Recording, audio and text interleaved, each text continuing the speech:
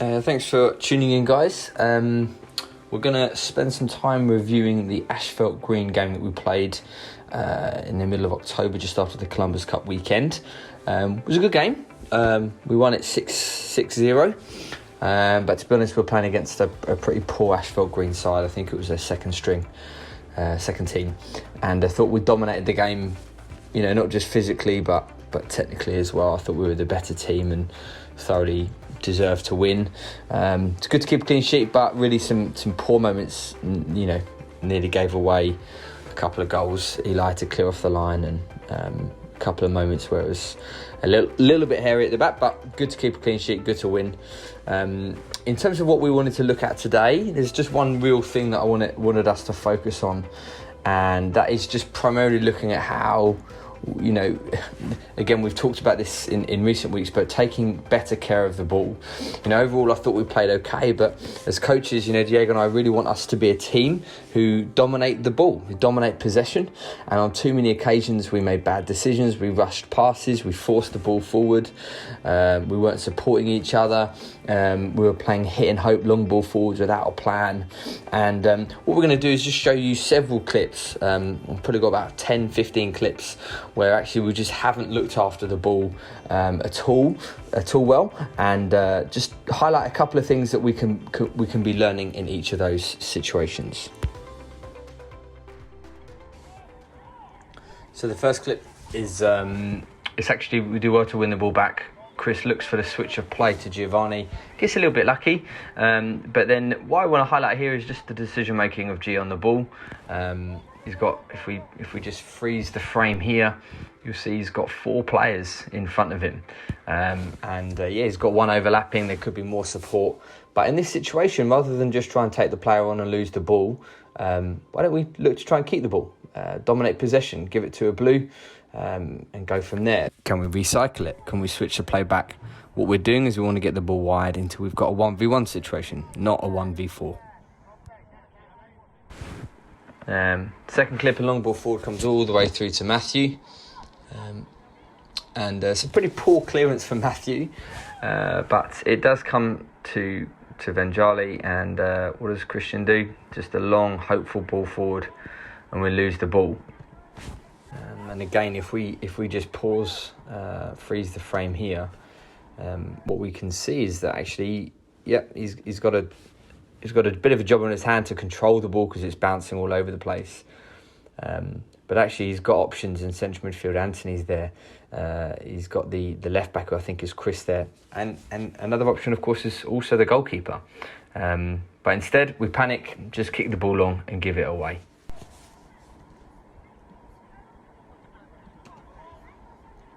Third clip, again, kind of poor decision making again. Ball comes to Anthony. He's got just so much time on the ball. Again, we're going to freeze the frame here, and you'll just see he's got options in Jared. He's got I can't see who is in the middle as well, but there's another player in the middle. Could even look for Giovanni with a through ball. Could go back to Armand.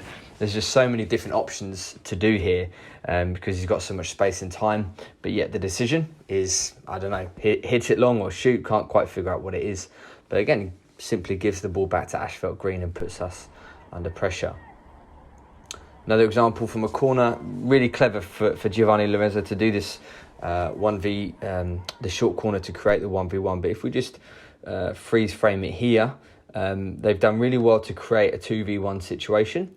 And again, if we make a better decision here, we could really create a better chance. Instead, the player on the ball tries to beat the player on his own, gives the ball straight away. And again, poor touch from Armand, and we lose the ball again. All again, comes down to decision making. Can we make better decisions on the ball? Okay, so the next clip, it's a long ball forward from Asphalt Green, and Anthony's on the ball. He has got pressure on him, but actually twice in the space of 5 seconds just pumps the ball long, and all that does is invite pressure back onto us. And what we're going to do in this situation, again, just freeze the frame. Anthony, you can see, he's checking his left shoulder, so he's aware of where the player is coming. But again, in that moment, he's making the decision, I'm just going to try and clear my lines and go long. Whereas what we would love to encourage you to be thinking about as a team, and it's not just Anthony here, of course, but in this moment, can you look for Matthew? Can we play Matthew in? Can Eli get into a better shape to open his body up to receive so that he's an option as well? Can we think about playing back in order to play forward? Rather than just, as we did here, kick the ball long. Again, not just once, but twice. Working together as a team to take better care of the ball. The next clip, very, very similar actually. It's a throw-in. Anthony initially does well to defend it, but then just hitting the ball up in the air despite options. And then when it comes to Christian, again, we'll freeze frame it here. Arman's there, Eli's there, Matthew's there. We've actually got, 5-6 players back, so we're outnumbering them. That's the kind of situation where we really want you to be checking your shoulders, scanning, being aware of the picture that's around you, and learning to take better care of the ball, play as a team, play our way out of trouble, rather than just kicking it long, as we do, and get lucky here because we win the throw-in. But, ideally we would be much better at just taking care of possession and keeping the ball in order to play our way out of trouble. And what we have now is a succession, which will just let them play, of 4 clips where, again, we're just hitting the ball long. I don't want to sound like a broken record, but Christian does well to defend this one, but then his pass out is poor, straight to Asphalt Green, despite 2 or 3 options. In the second example, again, Chris, no pressure on the ball. I'm not sure what he's seeing there, but he kicks it long, gives the ball away. This one, it comes to Hassan at fullback, does well with his first touch, but then just kicks the ball away, giving it straight back to Asphalt Green, who actually produces a shot from the opportunity. And here's the fourth one. Chris, again, with limited pressure on the ball, kicking it long, making it hard for Julian to control, and we end up losing possession.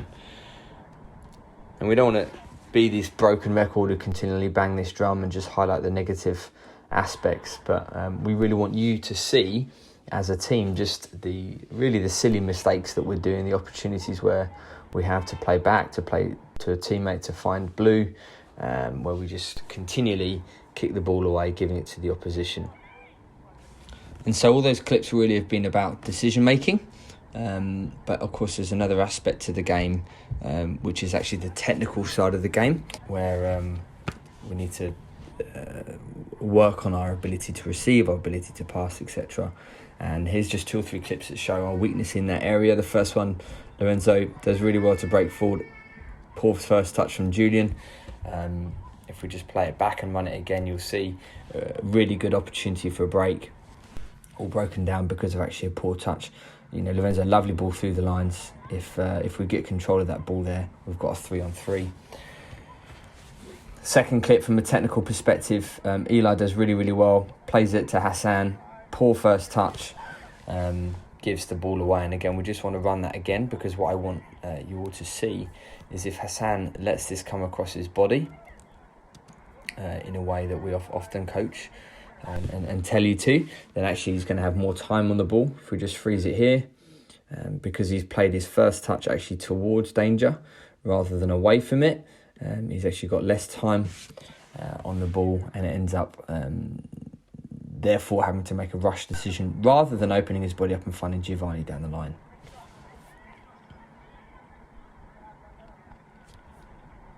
The next clip, Matthew again plays in Hassan, and again poor touch, poor body shape, poor technique, gives the ball away, and again pretty poor clearance forward. I think we get a bit lucky with the bounce, but should just do much better on the ball technically.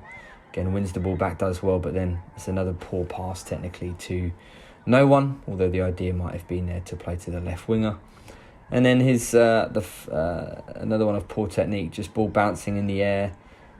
Again, from this situation, we really want to highlight, it's not just about the player on the ball, it's about the passes we're making. We really want to help our teammates out, not playing a long, loopy ball forward that's hard to control and is bouncing in the air. So it's at this stage of the video that we just want to highlight some key takeaways from this. So the question at this stage for me is, well, how can we take better care of the ball? And just 5 points, some stuff for you guys to be thinking about. Maybe you want to pick one of these and try and implement it in the next couple of weeks of training. But 5 points: be calm in possession. Let's stop panicking when we're on the ball. So often we just see a panic, clear the ball forward. Maybe we're scared, maybe we're worried, maybe we're whatever. But let's try and be calmer in possession. Secondly, sometimes let's be aware that we need to play back in order to play forward, not always trying to go forward, not always trying to rush it, being patient in possession. Thirdly, can we make better decisions by taking in more information?